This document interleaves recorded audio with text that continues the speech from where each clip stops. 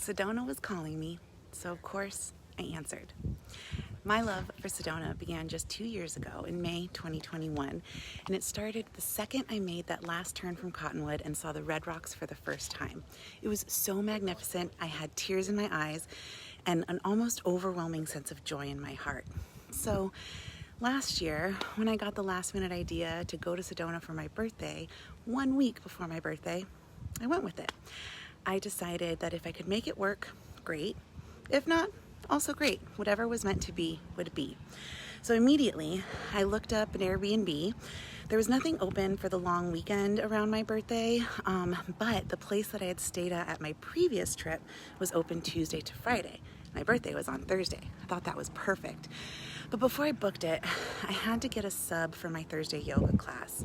I posted it online on the app, texted a few people. No one could take it that night, but I decided that if someone were able to do it and let me know in the next few days, I would book it. The next morning, somebody took the class.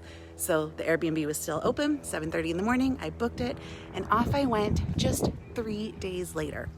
I think Sedona was calling me to help me heal and reconnect with my Solar Plexus Chakra, to reconnect with my personal power. See, the previous time I was there, it was for my Sedona Soul Adventures custom retreat, and I had a tremendous healing for my solar plexus during that time. By the end of the retreat, Here Comes the Sun was a theme song for that trip.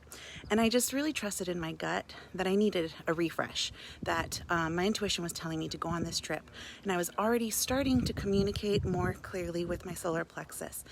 And by going with the flow without any attachment, just allowing whatever had happened to happen, I was using the power of the law of allowing plus the solar plexus chakra. And while I was there, I realized I had the confidence to make this trip by myself, to drive there and back on my own, to hike on my own, to spend my birthday alone. I had never done that before, but I was completely in my power and totally comfortable with all of it. So there you have it. This is an example of the law of allowing, which is the third law, starting with the law of attraction, and the solar plexus, which is your third chakra. So here's a suggestion for you to connect with your solar plexus chakra and give yourself permission to allow the universe to work in your favor for whatever it is that you're wanting to manifest. Meditate with the mantra, I am in control of my life and unattached to any outcome. If meditating is not your thing, maybe use it as an affirmation. Let me know how it goes.